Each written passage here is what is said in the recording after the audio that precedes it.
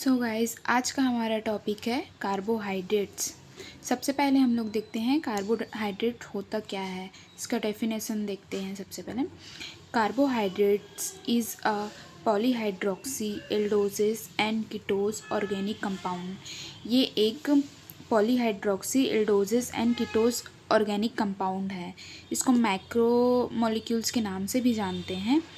Next देखते हैं, carbohydrates are the main source of chemical energy for living organism.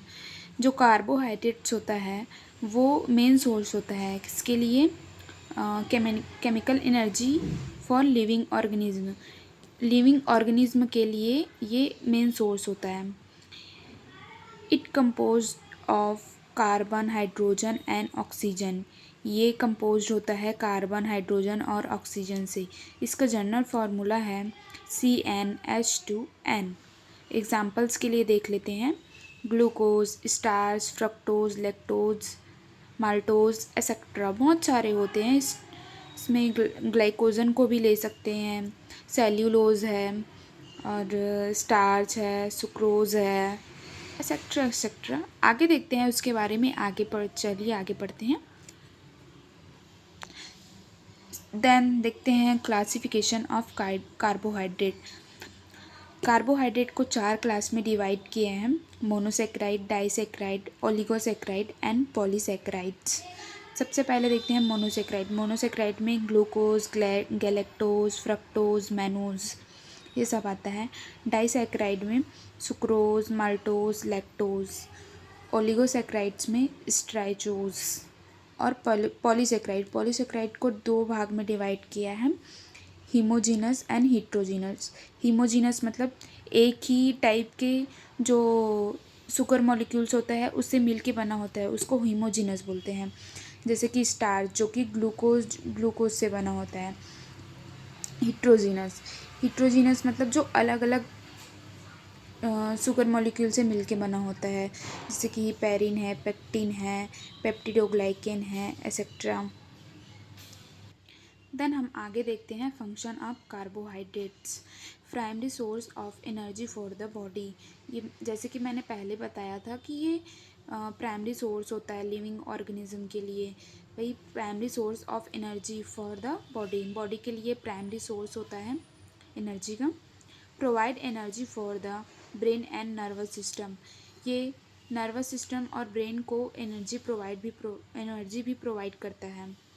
Help in the metabolism of fat and proteins. ये metabolism ये fat and protein के metabolism में भी help करता है। Store energy in the form of glycogen in animals and starch in plants.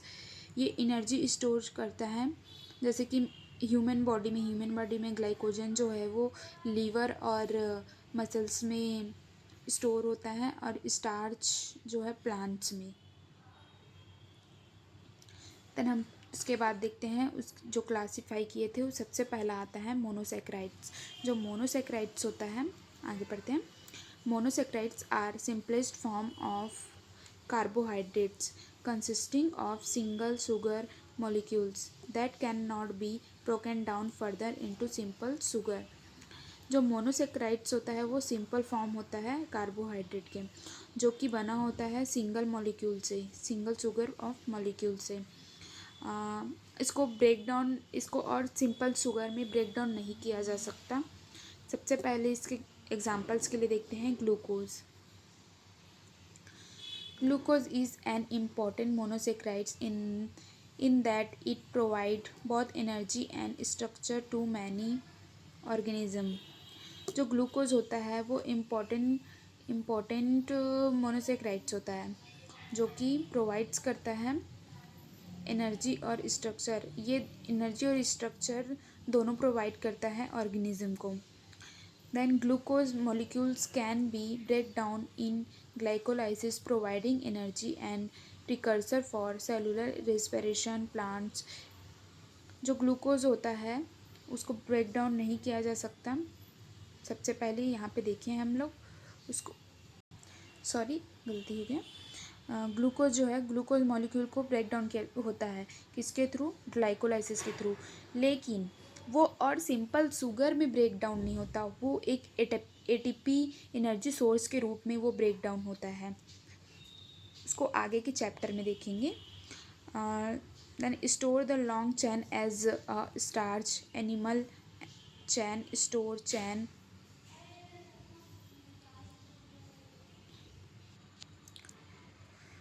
ये store होता है स्टार्च में एक लॉन्ग चैन के रूप में। जो ग्लूकोज होता है वो सॉरी स्टार्च जो होता है वो ग्लूकोज के कॉम्बिनेशन से बना होता है। बहुत सारे ग्लूकोज मिलकर एक स्टार्च बनाता है जो कि प्लांट में स्टोर होता है। और ग्लूकोज जो है वो बहुत सारे ग्लूकोज मिलके पॉलीसेक्राइड्स बनाता है। पॉलीसेक्राइड्स मतलब कि ये ग्लाइकोजन के रूप में ये जो है वो स्टोर होता है। यानी इसका सिंपल फार्मूला है C6H12O6 है। इसका स्ट्रक्चर देख लेते हैं। ये हेक्सोगोनल शेप में होता है, CH2OH, देन यहाँ पे OH, यहाँ पे O रहता है। यहाँ पे जो जो हेक्सोगोनल शेप है वो कार्बन का है। मैं बताया था कार्बन, हाइड्रोजन और ऑक्सीजन ये तीनों का कॉम्बिनेशन होता है, कंपोजिशन होता है कार्बोहाइड्रेट्स का। ठीक है। देन हम आगे देखते हैं fructose often called fruit sugar is naturally occurring simple sugar और monosaccharide found in fruit, vegetable and honey. जो फ्रक्टोज होता है उसको फ्रूट शुगर भी कहते हैं। ये इसको नेचुरली सिंपल शुगर और मोनोसेक्राइड जो है फ्रूट्स और वेजिटेबल्स, हनी, ये यहाँ से इसको फाउंड किया जाता है। ठीक है। एक्सट्रैक्ट भी किया जाता है। It has the same chemical formula as glucose C6H12O6 but different molecule structure making it the sweetest of all naturally occurring sugar. जो फ्रक्टोज होता है सेम केमिकल फार्मूला होता है ग्लूकोज की जैसा, बट उसका जो स्ट्रक्चर होता है वो डिफरेंट होता है और ये टेस्ट में भी स्वीट होता है और ये इसको नेचुरली एक्सट्रैक्ट किया जाता है, जैसे कि फ्रूट्स है, वेजिटेबल्स है, हनीज़ है, एक्सेट्रा से। आगे देखते हैं, इसका स्ट्रक्चर देख लेते हैं। जो ग्लूकोज था वो हेक्सोगोनल शेप में था, ये अलग है, इसका शेप अलग है। ठीक है। इसके बाद आता है गैलेक्टोज जो कि ये मिल्क प्रोडक्ट बनाने में यूज़ होता है जनरली। इसका भी फार्मूला सेम होता है C6H12O6 बट इसका स्ट्रक्चर जो है वो अलग होता है। इसका भी मॉलिक्यूलर स्ट्रक्चर जो है वो अलग होता है। देन हम आगे बढ़ते हैं डाइसैकेराइड्स में। Disaccharides is a carbohydrate made up of two monosaccharide simple sugar molecule join together by a glycosidic bond. जो डाइसैकेराइड्स होता है वो डाइसैकेराइड कार्बोहाइड्रेट जो होता है वो दो मोनोसेक्राइड या फिर दो सिंपल शुगर से मिलके बना होता है, जो कि जुड़ा होता है, वो लिंक होता है या जॉइंट होता है ग्लाइकोसिडिक बॉन्ड के थ्रू, वो उसके थ्रू वो लिंक्ड होता है। डाइसैकेराइड्स के कुछ एग्जांपल्स हैं उसको हम देख लेते हैं, जैसे कि sucrose known as everyday table sugar. This is formed by the combination of glucose molecule and a fructose molecule. It is commonly extract from sugarcane and sugar beets. जो सुक्रोज होता है उसको जैसे कि हम लोग एवरीडे लेते हैं, जैसे कि चाय बनाने में हम उसको यूज़ करते हैं, जितने भी स्वीट्स होते हैं उसको बनाने में हम लोग यूज़ करते हैं, इसलिए इसको एवरीडे टेबल शुगर के नाम से भी जानते हैं। ये जो सुक्रोज होता है वो ग्लूकोज और एक फ्रक्टोज मॉलिक्यूल से मिलके बना होता है। इट इज़ कॉमनली एक्सट्रैक्ट, ये शुगर केन और शुगर बीट से एक्सट्रैक्ट होता है। शुगर केन मतलब सब लोग जानते ही हो, गन्ना। देन उसके बाद देखते हैं स्ट्रक्चर ऑफ सुक्रोज। देखो ग्लूकोज हम लोग लास्ट में ही पढ़ा है। ये जो है ग्लूकोज और फ्रक्टोज वो ग्लाइकोसिडिक बॉन्ड के थ्रू जुड़ा हुआ है। ये वाला जो पॉइंट है वो ग्लाइकोसिडिक बॉन्ड कहलाता है ये, ठीक है। देन नेक्स्ट देखते हैं lactose. Lactose is a made up of glucose and galactose molecule. जो लैक्टोज होता है वो ग्लूकोज और गैलेक्टोज मॉलिक्यूल से बना होता है। जैसे कि मैंने अभी बताया था कि जो गैलेक्टोज होता है वो मिल्क प्रोडक्ट है और लैक्टोज भी मिल्क प्रोडक्ट बनाने में ही काम आता है।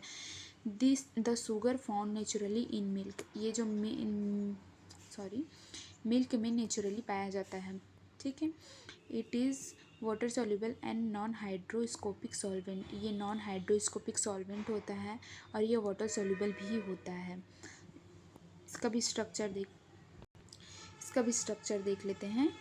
गैलेक्टोज लास्ट में हम लोग देखा था, ये है ग्लाइकोसिडिक बॉन्ड। इसको ग्लाइकोसिडिक बॉन्ड कहते हैं जो कि लिंक्ड होता है ग्लूकोज और गैलेक्टोज के बीच में। Structure of lactose. सो हम लोग आगे का जो पार्ट है, आगे का जो एग्जाम्पल्स है, क्लासिफिकेशन है, वो पार्ट 2 में देखेंगे।